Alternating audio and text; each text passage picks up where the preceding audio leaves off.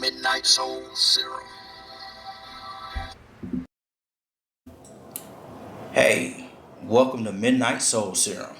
As always, I'm your host, Mac Black. Today's episode is entitled Darth Maul. This is a submission by Christine Paradiso. It is a paranormal experience she had when she was younger.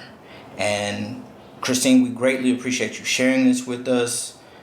Any other stories or experiences that you have that may help others, that may answer questions you have, you are more than welcome, always welcome to submit them to the show. We do appreciate it. Anyone else with pictures, videos, recordings, anything you'd like to submit, midnightsoulserum@gmail.com. You can go to the Facebook profile, which is actually one word, Midnight Soul space Serum, and send a friend request. Until our friends are maxed out, we will accept friend requests. Now, that being said, I'm not going to take up too much time. I'm going to go into her recording so that I can share that with you guys, and then I will go off on a few things to wrap up this short episode of a show. Thanks. Hey there.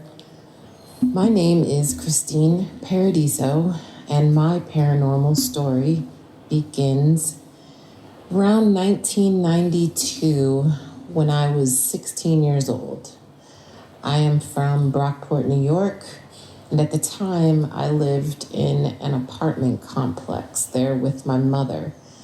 That particular evening, I was at home, regular evening, watching TV with my mother and my cousin. Got tired, decided it was time for me to go to bed, as I always did.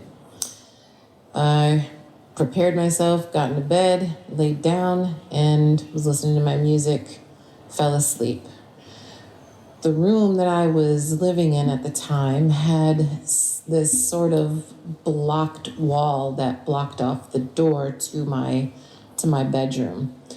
My bed was facing the door, but from where my bed was up against this large window and facing the door, you could not see the actual door from behind this wall.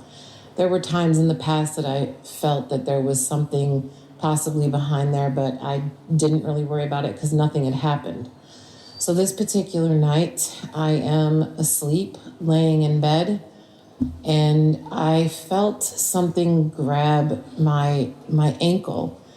I couldn't even react fast enough before I felt another hand grab my other ankle, and I was being dragged to the end of my bed. I didn't see anything at first. Now at this point, I am on the edge of my bed with my legs on the floor, but the middle of my back just above my butt, on my back, laying over the edge of the bed like that, if you can just picture it.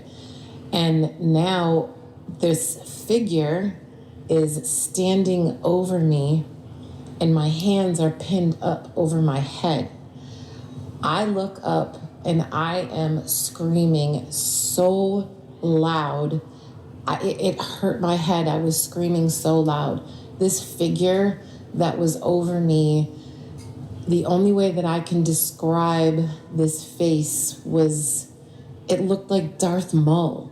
It was the creepiest red and black devil-looking face, and I have no idea how else to explain this to you. This thing had me down, and it felt as though I was being held down for, God, like 20 minutes. I am screaming, yelling for my mother to come in there, just so loud. I know I'm loud. I'm thinking someone's going to bust down the door. Someone's going to come in. Someone's going to see this thing on top of me. And nothing happened. I was laying there crying and screaming and screaming. I don't know what this thing was. It felt so evil. It was so horrible. I cannot describe the feeling. I don't know. I know that I was awake the entire time. There is no way that I was asleep. I was awake. It was the craziest, most just so scary, the most scariest feeling I've ever had in my life. I did not know what this thing was or why it was there for me or what was going to happen to me, honestly, at that point. When I guess you could say, got released from whatever this thing was, I ran out of my room and into the living room. And there's my mother and my cousin watching TV still, just laughing away, having a conversation. I ran out and I just proceeded to yell at them. Why didn't you come and save me? Why didn't you hear me? I was screaming so loud. At this point, I'm in tears. I am so afraid. I don't know what happened. I explained it to both of them, and they just kind of looked at me as if I was not being truthful, and it's affected me so much. Even to this day, I think about it. I feel like things are still around me, not bad things. I feel like I have a guardian angel, and that was just the first type of thing to happen to me. But the only bad paranormal thing to happen to me was that one. My mother and my cousin said that they never heard me. They knew that I was completely upset, but they thought that it was a bad dream. And isn't that what most people, say when things like that happen to you, that it was just a bad dream? Well, it wasn't a bad dream for me. It was reality. It was real, and it was so scary. And as I got older, I had a daughter of my own, and things would happen to her. She would see things. She had an imaginary friend, and I will never forget the name of this imaginary friend. Her imaginary friend's name was Hone. How could a 4-year-old come up with that imaginary friend name? It's absolutely ridiculous. Walking in and walking by her room and hearing her having a conversation, and she rolls a ball and she's having a conversation with someone, and you don't stick around because I'll tell you, I didn't want to see that ball roll back or not, because no. But she had a connection with her father. She would know he was doing things. And I feel like people that have an open mind to these things can really come in contact with loved ones, and people that they may just want answers after they have passed. I do believe in that, and I believe that what happened to me was a sign, and to this day I have no idea what that sign may be.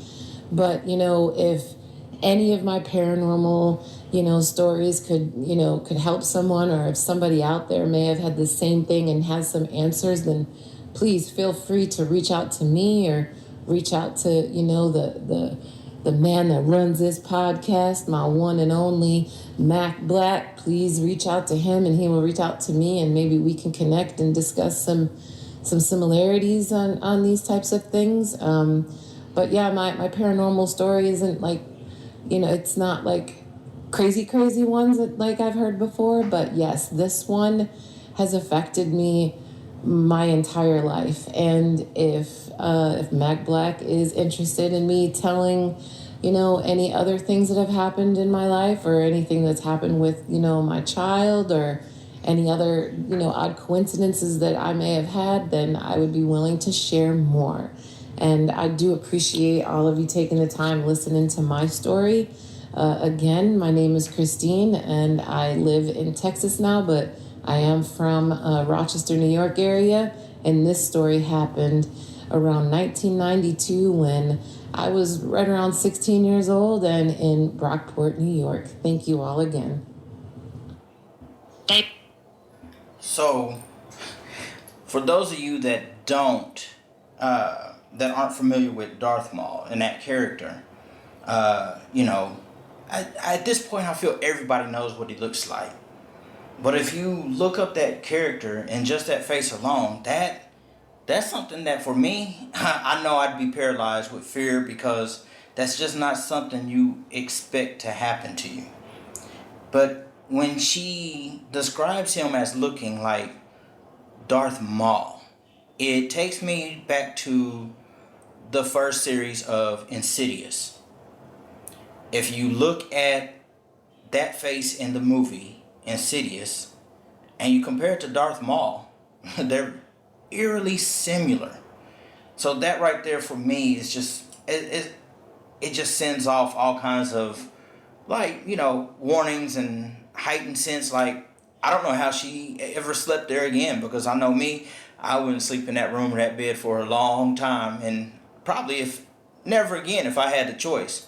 But these things make me think of things that we are told and taught growing up by people in our families that have some type of spiritual background or have had some type of experience. Like, for those of you that don't know, you're not supposed to sleep with your feet facing a door, especially if you sleep with your bedroom door open.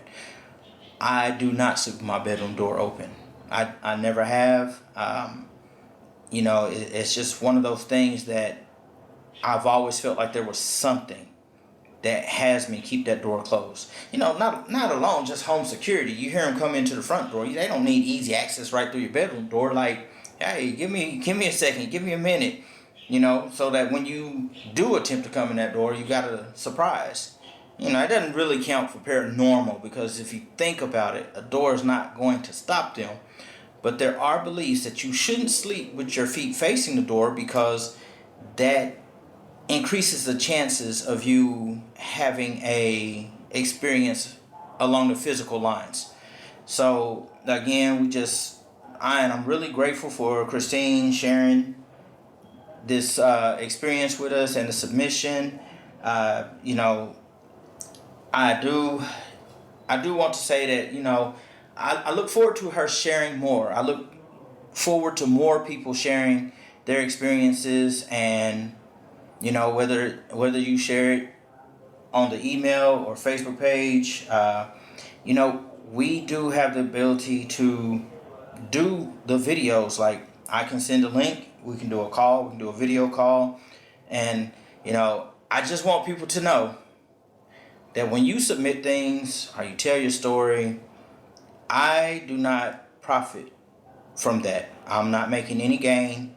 The show is not making any money off of anybody's stories, and it's mostly for people who want to get their stories about these types of things out. Again, I suggest that people look at the graphic. It's not just Bigfoot. It's just not UFOs. It's not just Anunnaki and this and that and that. Man, it's a plethora of subjects. So don't be afraid. If you're looking for a show that's going to put it out there and pay you for your story, this isn't that show. We're self-funded. We do believe in sharing other people's experience. Excuse the loud noise in the background if you can hear that. But here on the island, they roll around with these huge speakers in the back of their trucks and on vehicles, and they blast commercials and advertisements, usually for campaigns. So if I'm ever doing a show and you like, man, what is that in the background? This is okay. Hey, check it out. Here they go. I don't know if you can hear that or not, but they drive 2 miles an hour. Sometimes they even stop, and it's just a thing they do here on the island. Anyways, back to the show. We do appreciate everybody tuning in. We appreciate the likes, the subscriptions. Again, we're on YouTube, Midnight Soul Serum. Gmail, midnightsoulserum@gmail.com. Facebook, Midnight Soul Space Serum. Send a friend request. We'll gladly accept it. And if we ever do max out on friends, which I don't see that happening, like we have a whole total of what now, 19? But if we do, hey, we'll start another one, Even if we have to start a page to just encompass everyone as we go through these experiences. I am particularly interested in the people who are having experiences with the solar flares that have been going on, and the ones that they say are coming up. I have my own thoughts on that, but I'll wait to hear others. We do have a couple other shows coming up. Probably do one or two more this month. But I had an experience the other night that I'm still writing all my notes down. Absolutely blew me away. So look forward to that. Look forward to seeing you. Until next time, Midnight Soul Serum, and I'm your host, Mac Black. Midnight Soul Serum.